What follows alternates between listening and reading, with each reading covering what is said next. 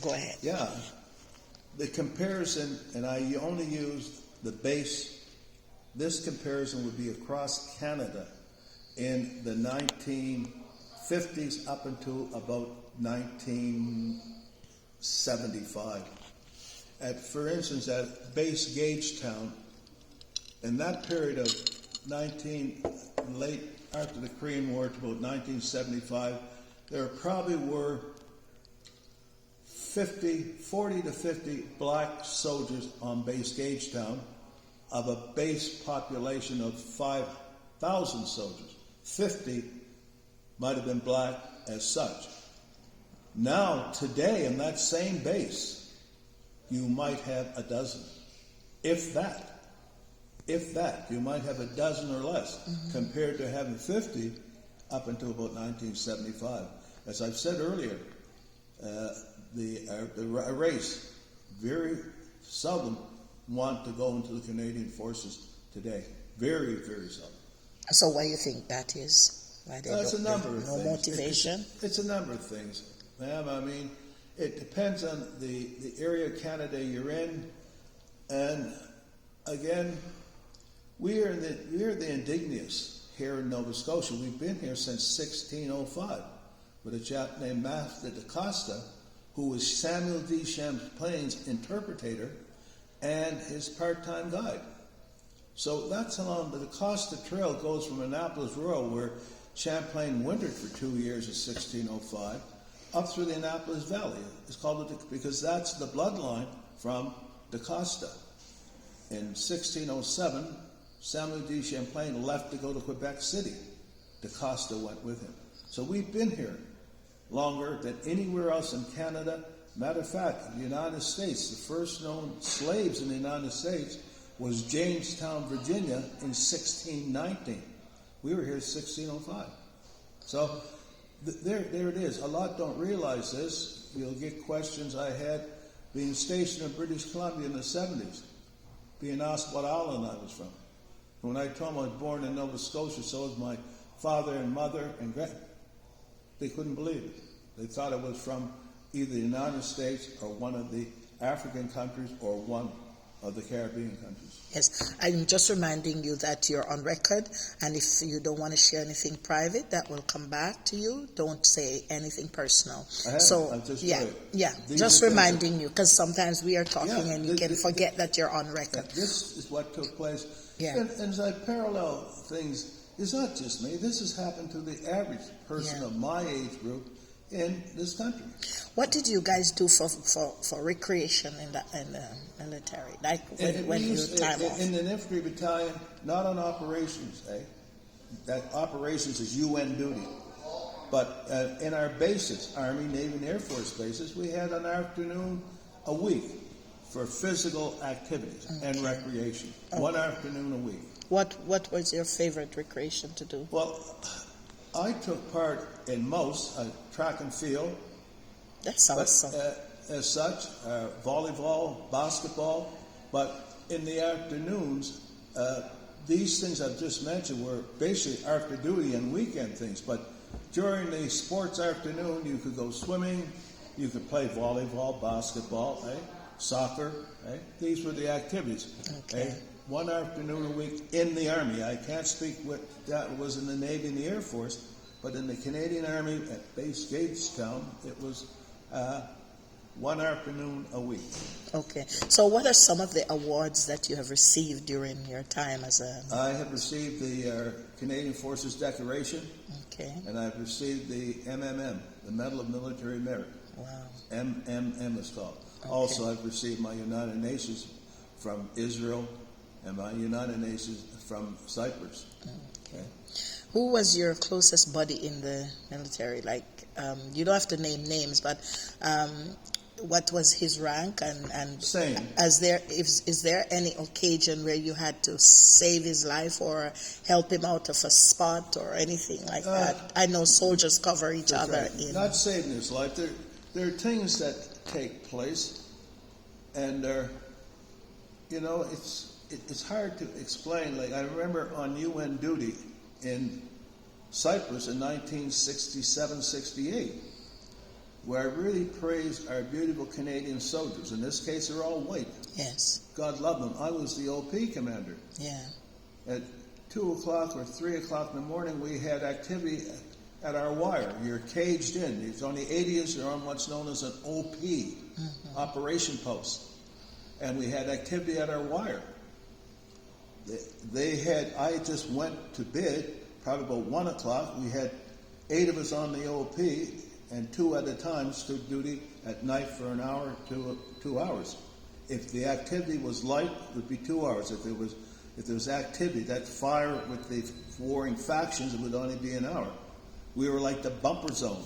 I remember being woken up and said, OP to me as the OP commander, there's some activity down by the gate, Corporal, like that. Now, there's something else that's got to be defined. The corporal of those days is not the corporal of today. Those days, a corporal was a junior non-commissioned officer.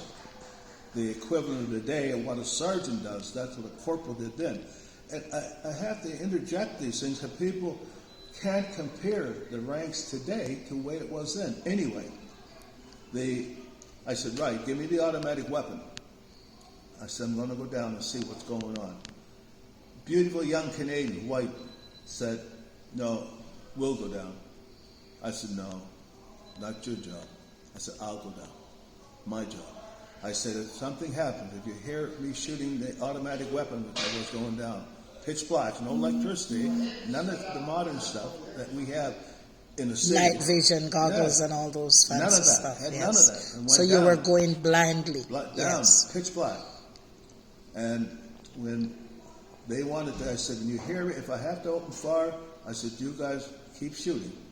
Don't worry about me. Keep shooting, because I mean, there's something wrong when you hear the automatic fire of what's called, the gun was a C2 automatic rifle. Okay.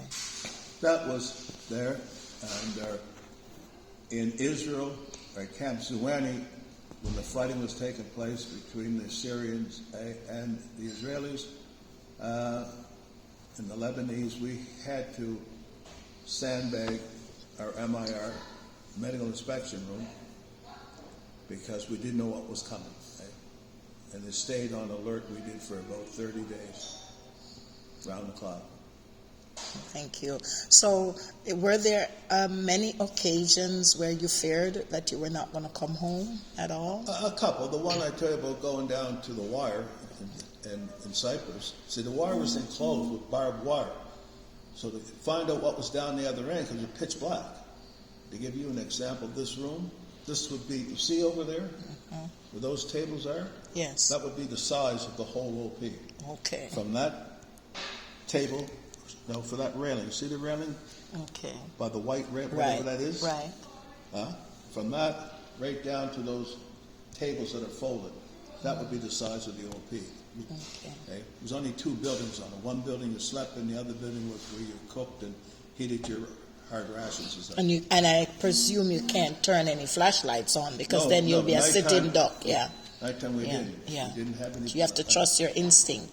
Nighttime. Yes. Yeah. Do you still wake up at nights to like sounds of anything strange? Yeah. What gets me in my time, is an unexpected sharp noise. Right. Or someone taps me on the shoulder. Okay. It's the instinct from you're ready to defend or do right, something. Right. And I think that as you get older, these things stay. Because right now, if I hear a loud crack, like most of them, you jump and get ready. You're in war mode. Or Yes. if I don't feel it coming, someone tap you on the back. Yeah, you're ready. He might get taken out. out. Yeah, but it's not just me. It's all of us who serve that. Our beautiful Canadians. Yes. All colors and cultures. All of us. Yeah, we're one nation under God. I don't know why people don't see it that way. The same thing. I hate when they say they don't see color, because guess why I don't like that term? Yeah. You have to see color. I'm different. Clearly, I'm different from you. So when you say you don't see color, it means you don't recognize me. I'm different, but I'm still unique. We're equal, but different. You got to be specific. You got to explain that when you say you don't see color, that you have you have nothing. Racism. Exactly. So when I want you to see me, because I'm different. So when you say you don't see color, you can actually see, be saying I'm invisible. You don't recognize me. But when they say that, you have to explain what you mean when you say you don't see color. I've experienced a lot of racism since I've been here since July, August of 2012, and I've experienced bus drivers just picking up the white lady behind me and close the door in my face and drive off, leave me. And I used to say, you don't know if, because I was a caregiver, you don't know if I'm rushing to take care of your grandmother. Yeah. And I'll be late for my shift because you choose to leave it's me. like, ma'am, you're standing in a lineup. The person in front of you is Caucasian, is treated all kinds very nice, and that there you come, and okay. Yeah. That's $4. Yeah, and they look right through you like a glass. But like the person in front of you got all kinds of courtesies. Yeah, yeah. But you as a person of color, I even seen our natives being in the lineup and be treated very sharply. But the person behind them was Caucasian, treated totally different. And then when I came up, I was treated the same way as the native was treated. I've seen that, not all over, but these are the things of systemic racism. And as I've told many people, you can't talk about racism unless you've experienced it. Yes, true. You can say all you want about racism. If you've not experienced racism, you can't really be talking. It's like in a war, a real war, First World War, Second World War, Korea, Afghanistan, if you haven't been in a war, you can't describe war. Right. If you haven't personally been in it. Right. Yeah. But anyway, ma'am, that's it. Yes. We'll take a break. My YouTube fans, thank you for joining us. We are speaking with one of our modern day heroes, and he's very humble, and he doesn't really like to talk about himself. He likes to talk about his comrades, and just another soldier, he says, that has done his duty for his country.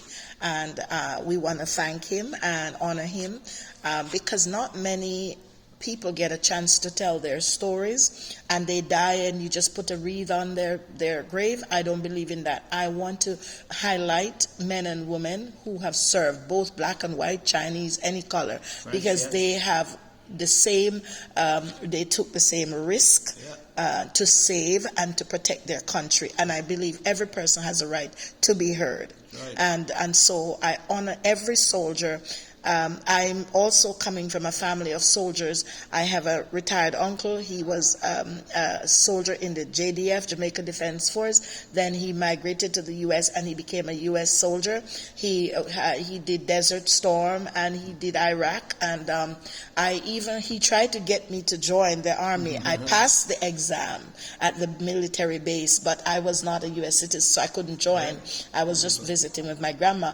But he was always, I was a tomboy, so he took me down to the base. I think it was Fort Lewis, Fort Georgia, one of those bases, and he let me climb into the helicopter, sat on the tanker, and touch a missile, and all these things. And I had a ball because I was so fascinated by the Army, but I didn't get to join. But his daughter became a soldier, and so after that he worked at the Veterans Memorial for a long time. Fort Lewis, Washington. Yes, so I got a chance to experience. State of Washington, not Washington D.C. Yes, and so that's why I'm fascinated with soldiers, and I'm always so excited when I see a soldier. When they come to the cash register, as you did, how I met you at Sobeys, I always salute them. They laugh. But I enjoy it, and I don't do it as a mockery, or I'm saying thank you for serving. They look so sharp in their uniform. And so I always say, soldier, and I salute, and they would just have a crack up. They just get a kick out of it. But you know why I do it? People don't honor them enough, and people don't appreciate them enough. And what I think, which I'm going to talk about next, is after this break. Can I give you a historic